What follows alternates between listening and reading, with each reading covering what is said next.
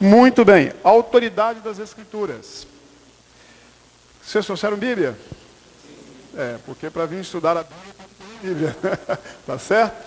Então, procurem aí 2 Timóteo 3,16. Nós vamos pegar aqui sobre a autoridade da Bíblia. Tá? E aqueles que não trouxeram, podem ler aqui. Mesmo aqueles que trouxeram, se quiser, já acompanha direto aqui. O texto sagrado diz o seguinte: toda a Escritura é o quê? Inspirada por Deus.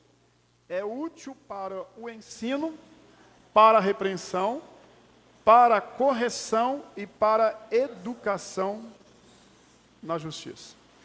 Primeira coisa, a gente vai estudar isso aqui, vai aprofundar mais para frente.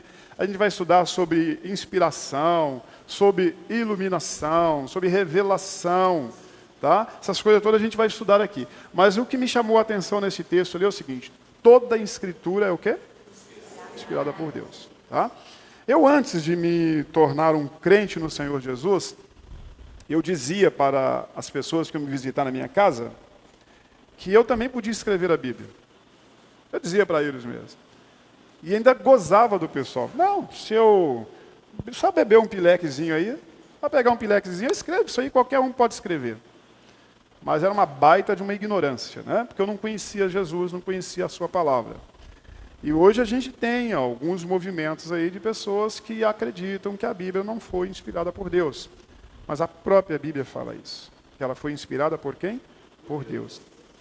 E a Bíblia fala da utilidade dessas escrituras para o ser humano, tá?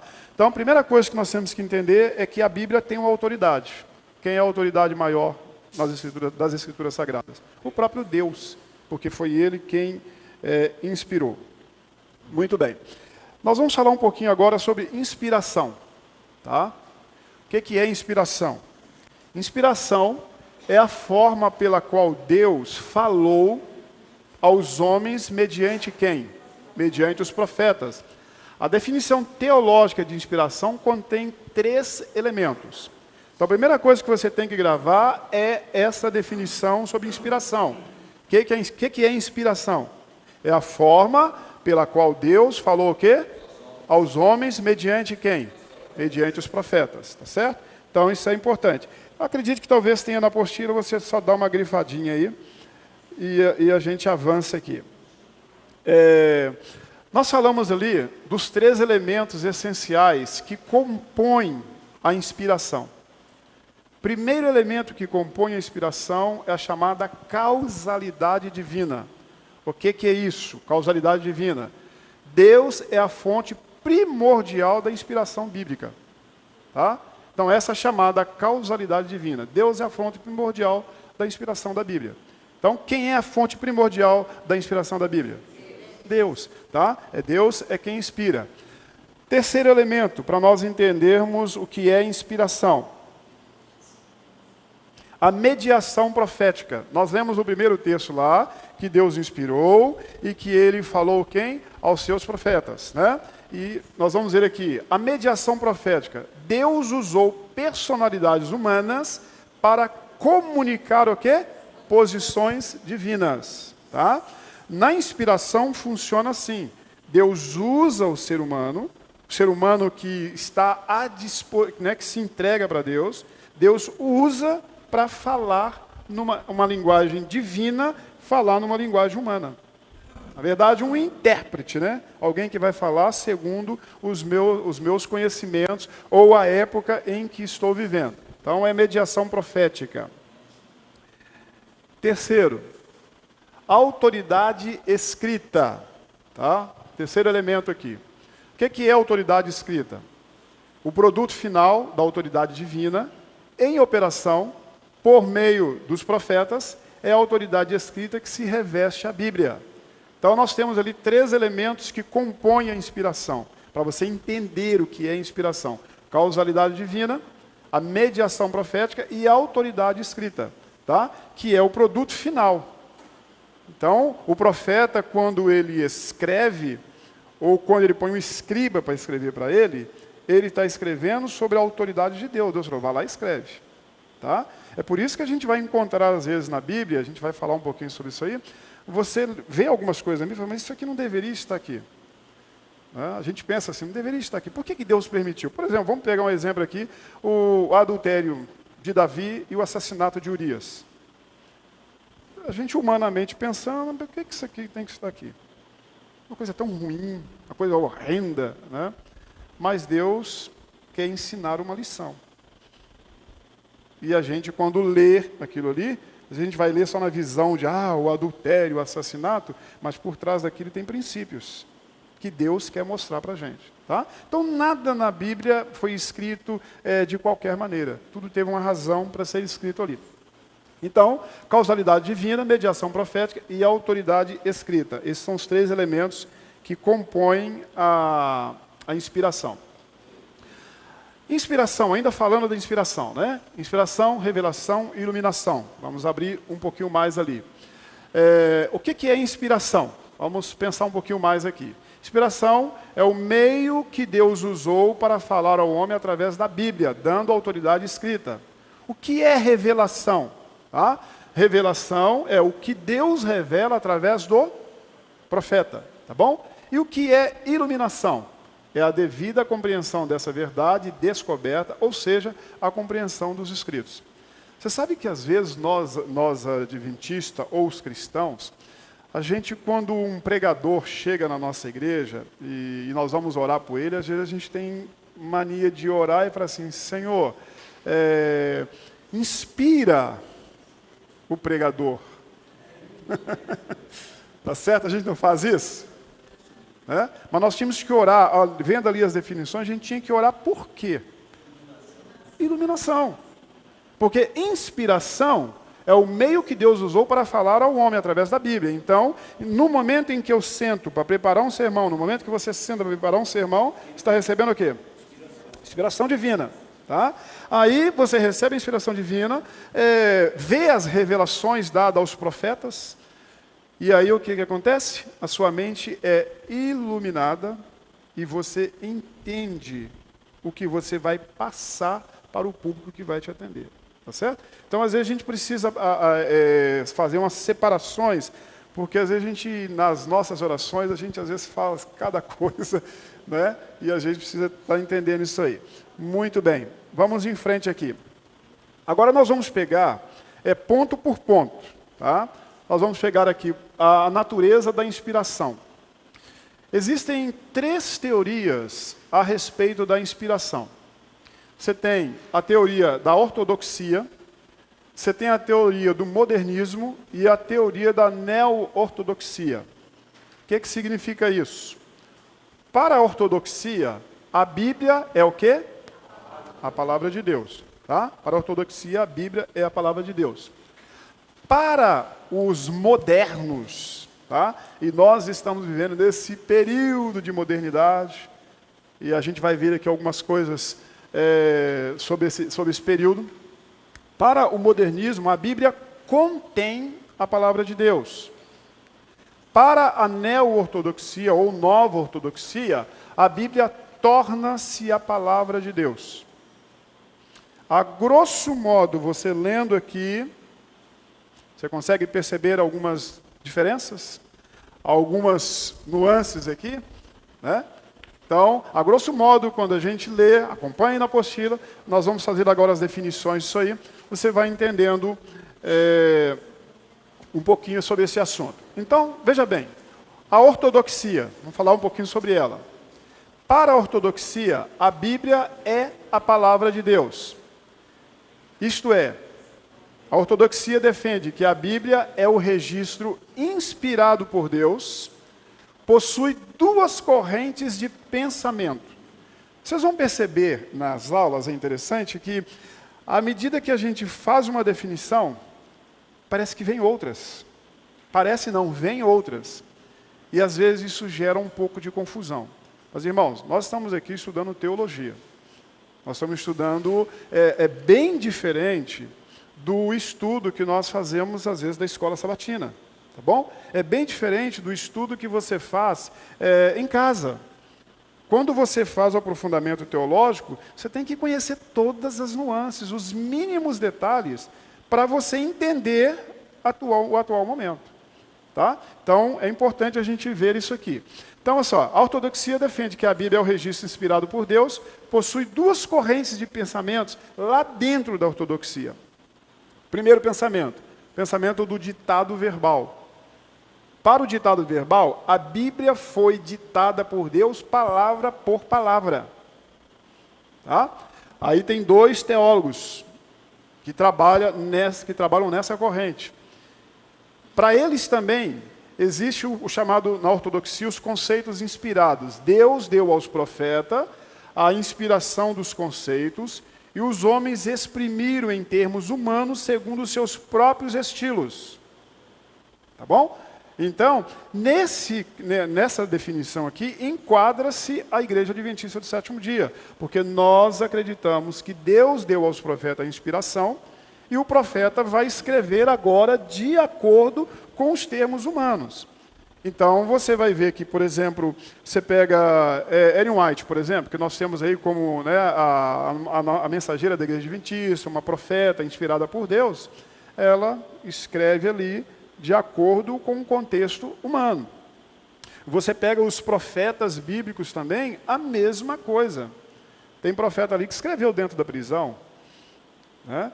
Tem profeta ali que escreveu em momentos difíceis da vida deles, mas escreveu numa linguagem de ser humano, que não adiantava nada Deus vir. A Bíblia é muito clara em dizer isso, né? Deus poderia enviar anjos para abreviar a volta de Jesus, mas o ser humano não ia entender. Aí o que Deus fez? Pegou a mim, pegou a você, para levar a mensagem para alguém igual a você. Porque a tendência nossa era dizer o seguinte: eu sou humano, você é anjo. Você está comendo o pão que o bichinho amassou aqui? Não. Então como é que você vem querer pregar para mim? Aí Deus, olha o que Deus faz. Apesar da mensagem escrita, Ele convence seres humanos, e esses seres humanos vão levar a mensagem a outros seres humanos. Uma linguagem fácil da gente entender, tá bom? Então aí tem a ortodoxia. Nós vamos para o próximo aqui, ainda falando sobre a ortodoxia, né? Quanto à inspiração, Paulo mostra que toda a escritura é inspirada por Deus, vem do grego teofineusto, por Deus, e útil para ensino. Teofineusto na Bíblia quer dizer soprada por Deus. Tá? Soprada por Deus. Deus soprou a verdade nas mentes dos homens, os quais expressaram essas mesmas verdades em suas próprias palavras nas Escrituras. Portanto, inspiração é o quê? É o processo pelo qual Deus comunica a sua verdade eterna. Então, isto é inspiração.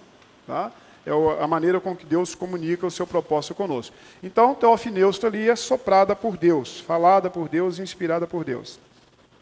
Ainda na ortodoxia, falando sobre a Bíblia como a palavra de Deus, homens santos, vocês podem conferir aí na sua Bíblia, 2 Pedro 1, verso 21, homens santos falaram aqui? Da parte de Deus, movidos por quem? Aí a minha pergunta é o seguinte: qualquer um pode escrever a Bíblia? Não, né? A gente sabe disso. Mas de vez em quando a gente pensa que às vezes pode, né? Eu conheci muitos casos aí no meu ministério de irmãos que achavam que, não, eu vou escrever uma escritura, né? Reescrever a escritura é uma coisa, que é pegar aqui, copiar, quer dizer, né? É uma coisa. Agora eu vou escrever a escritura. Aqui que diz a palavra, tem que ser vindo da parte de Deus e movido pelo Espírito Santo de Deus, tá bom? Estes homens, diz o texto, traduziram as revelações em linguagem humana, com todas as limitações e imperfeições de que essa se acha revestida. Mas ainda assim, aquele era o testemunho de Deus. Os homens, não as palavras, foram inspirados. A verdadeira inspiração não tira do escritor a sua individualidade. Certo? É muito importante que você entenda isso, que os homens, não as palavras. Que nós vimos ali aqueles dois teólogos dizendo, não, as palavra por palavra foi inspirada por Deus. Não, não é bem assim, né? Mas os homens foram inspirados e escreveram aí de acordo com a necessidade.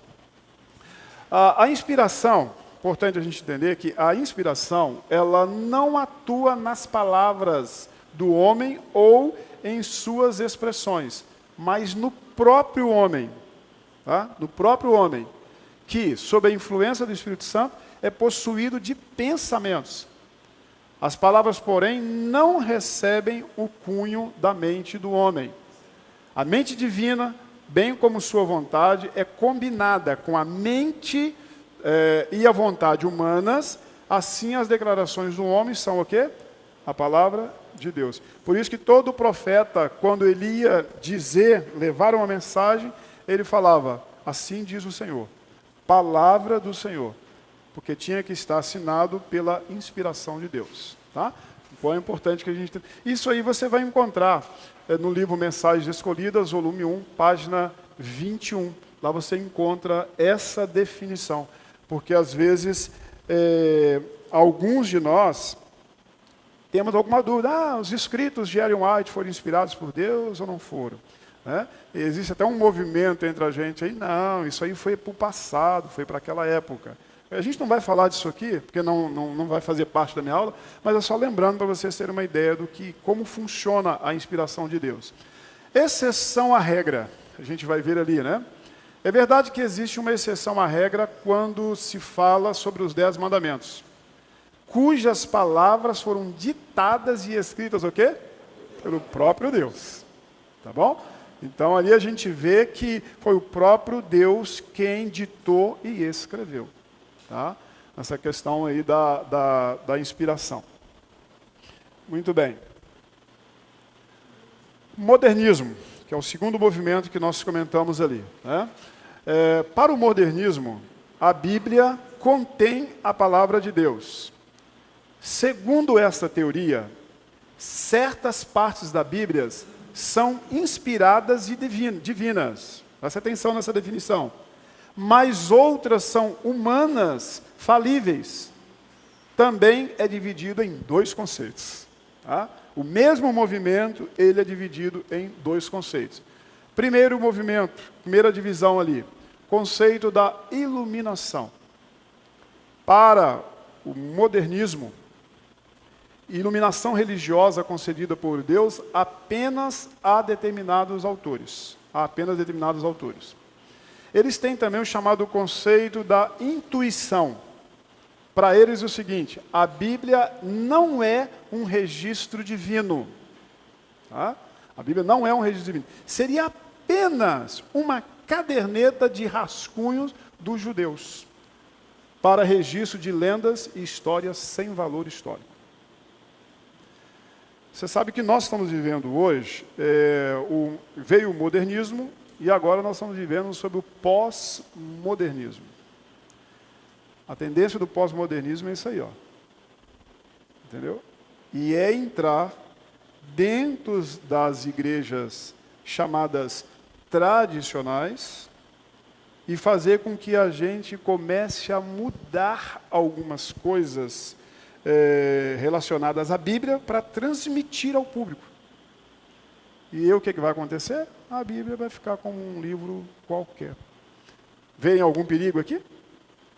Então é importante a gente parar e pensar sobre esse modernismo que tem como expressão a Bíblia contém a palavra de Deus. Tá? A nova ortodoxia. Nós falamos sobre a ortodoxia, modernismo, agora a nova ortodoxia. Para a nova ortodoxia, que é neo, a Bíblia torna-se a palavra de Deus. Ela torna-se a palavra de Deus. O que eles definem?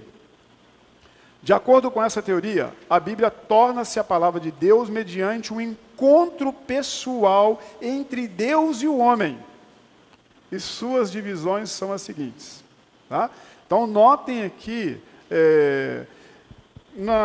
o ano passado, quando a gente estava dando essa aula, eu pude perceber assim, conversando com alguns dos alunos, existem esses pensamentos, essas teorias dentro da Igreja Adventista.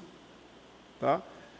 E você que está recebendo uma formação, uma orientação teológica, Deus vai te dar discernimento, na hora que você estiver conversando com uma pessoa, e você saber qual é a linha de pensamento da pessoa.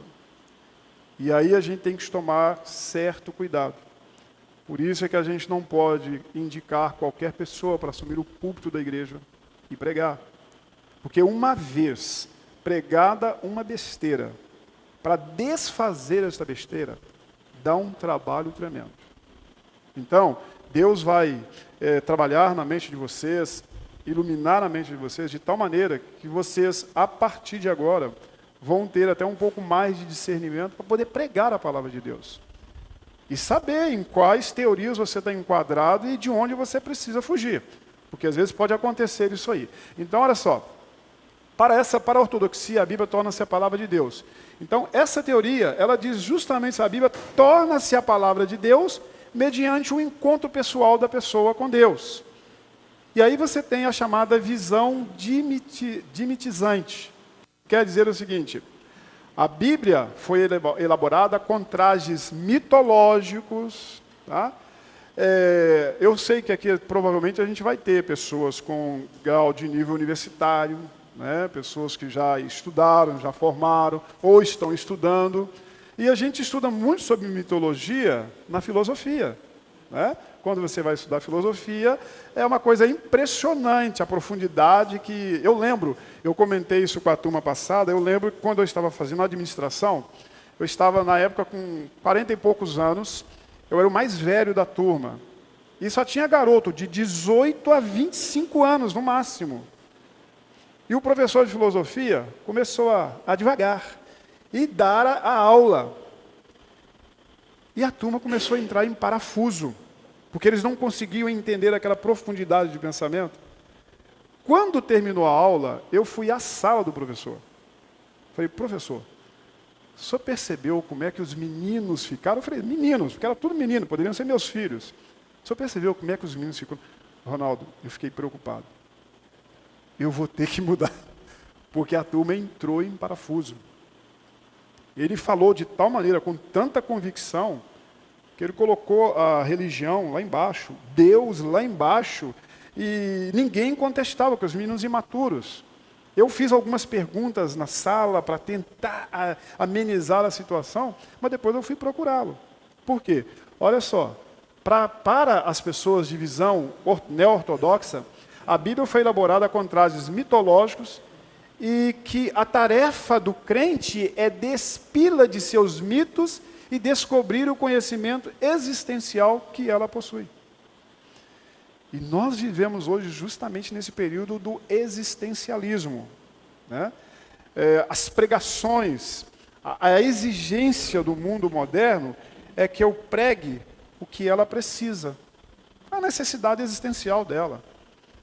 A necessidade hoje não é que você pregue teologia, que você aprofunde, que você pegue as coisas na superficialidade. É isso que satisfaz a existência do ser humano. Então a gente tem que tomar cuidado, porque as teorias são muitas e são profundas. Outra coisa que tem dentro dessa corrente, encontro pessoal. A Bíblia é uma revelação divina a pessoas do passado e não a palavra de Deus. Olha só. Porém, quando o homem moderno necessita de algo, basta apenas ir até a revelação. E esta terá um encontro pessoal com Deus. Tá? Então, a gente tem visto aí já há muitos anos uma corrente, né? Um movimento que existe no cristianismo, de que é o seguinte: olha, isso que você está fazendo, pela Bíblia, isso é pecado, isso é errado. A pessoa assim: mas Deus ainda não falou comigo. Já ouviram isso aí? Olha, você está usando isso, usando aquilo, está comendo isso, comendo aquilo, o Espírito Santo ainda não falou comigo. Aí muitas vezes eu pergunto assim: irmão, quando é que o Espírito Santo vai falar? Né? Quando é que ele vai falar? Ele só vai falar se você quiser ouvir. Né? Então é muito importante a gente parar, analisar, né, e ver o mundo em que nós estamos vivendo. Vamos em frente. Ensino bíblico sobre a inspiração. A gente vai desmiuçar bastante aí. Então nós já lemos ali, 2 Timóteo 3,16. A inspiração é o processo, né, pelo qual Deus comunica a sua verdade eterna. Tais verdades vieram de onde? Da parte de Deus. Tá? Tem vários versículos ali, talvez você possa ter aí na sua apostila. Se tiver, melhor ainda, depois você dá uma pesquisada aí. A inspiração é plena. A inspiração atribui autoridade. E por último, a Bíblia provém de Deus e está envolta na autoridade divina que o próprio Deus lhes concedeu. Então a inspiração é isso aí, é um processo, né? Processo da parte de Deus, pela qual Deus trabalha conosco. As verdades vieram da parte de Deus, então você pega esses textos bíblicos, você vai encontrar aí as orientações que Deus tem para nós a respeito da inspiração. Ainda sobre a doutrina da inspiração, né? O Antigo Testamento e o Novo Testamento estão o quê? Em pé de igualdade, tá? Quando alguém disser para você, não, para mim inspirado é só o Novo Testamento. Aí você já sabe que não. Os dois testamentos são inspirados, tá? Então é importante você ter essa ideia aí. A inspiração compreende vários estilos literários e diversas fontes. É por isso que a gente vai ver lá no Velho Testamento, nós temos lá vários livros que são poéticos, vários livros que são históricos. E você vai ver fontes literárias, né? O autor, muitas vezes, quando ele vai escrever alguma coisa que Deus inspirou para escrever, às vezes ele pega uma coisinha moderna ali, uma coisa que está bombando na nossa linguagem, bombando ali no momento, e ele usa aquilo, nós vamos falar um pouquinho à frente disso aí, usa aquilo para trazer uma compreensão maior. Nós vamos ver muitos exemplos aí, apóstolo Paulo, por exemplo. Apóstolo Paulo, por ser romano e por ter convivido na Grécia, aquela coisa toda mais, quando ele pega 1 Coríntios 12, verso 1 em diante, que ele fala sobre a unidade orgânica da igreja, ele vai aonde? Quando você vai estudar o corpo humano, né? Ele vai lá e faz um estudo do corpo humano, do funcionamento do corpo humano. Aí ele começa a falar, olha, se o pé dizer o seguinte, eu não sou cabeça, não vou ajudar em nada. Aí Paulo vai fazer outra coisa, ele pega ali um exemplo dos jogos romanos, ou jogos gregos, né? Quando ele fala do atleta, que o atleta ele se disciplina, ele corre por uma coroa, e ele vai falando. Quando chega em Efésios capítulo 6, ele usa a imagem de um soldado para dizer para as pessoas como deve ser a vida cristã. E resumindo, ele está dizendo o seguinte, o cristão é um soldado. O soldado deve estar sempre em alerta, né? O soldado não pode sair ao trabalho sem a armadura. Aí ele está dizendo o seguinte para mim, Ronaldo, durma de armadura, acorde de armadura, tome banho de armadura, porque a qualquer momento o diabo está vigiando para atingir você. Tá? Então, são coisas da própria literatura, do momento, as diversas fontes que Deus pede a eles que usem para a gente entender melhor. Inspiração pressupõe inerrância. Todavia, houve erros na produção dos textos, a gente vai ver isso mais para o finalzinho do curso, da minha matéria, quer dizer. Houve erros na reprodução dos textos ou cópias, as quais são vistas nas variantes, nas omissões e interpolações feitas pelas escrituras, tá? pelos escribas. Resumindo aqui, para você ter uma ideia, a gente vai estudar tópico por tópico aqui. Por exemplo, a reprodução de textos, ou os copistas, as cópias, as variantes. Você tem a cópia e você tem as variantes dentro dessas cópias. Aí você tem as emissões, tem as interpolações. Então, tem textos que você vai ler, você já deve ter percebido isso aí, você lê um texto na Escritura e ele está em colchete. Tá? Algumas Bíblias vêm explicando, tipo assim, isto não está no original. E isto foi um acréscimo. Quer dizer, foi um acréscimo para entender aquela frase, mas não tirou a inspiração. Tá? Apenas um adendo para a gente entender melhor. Então, inspiração pressupõe inerrância, mas todavia houve erro na reprodução, não na inspiração.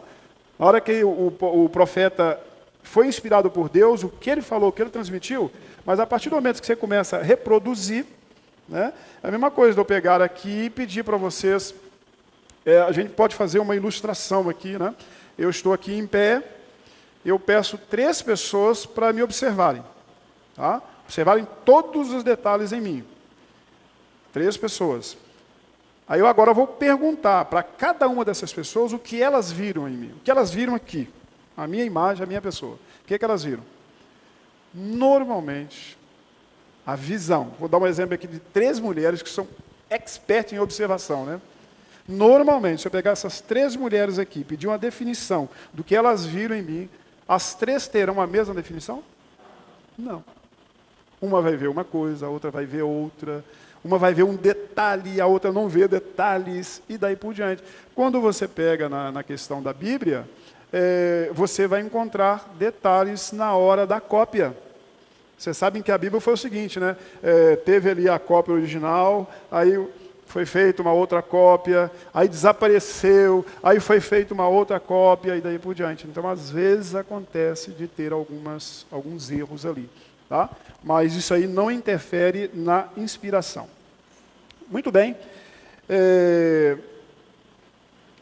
Se tiverem alguma pergunta sobre a aula, sobre o momento que nós passamos aqui, vocês podem falar. Diga, meu irmão.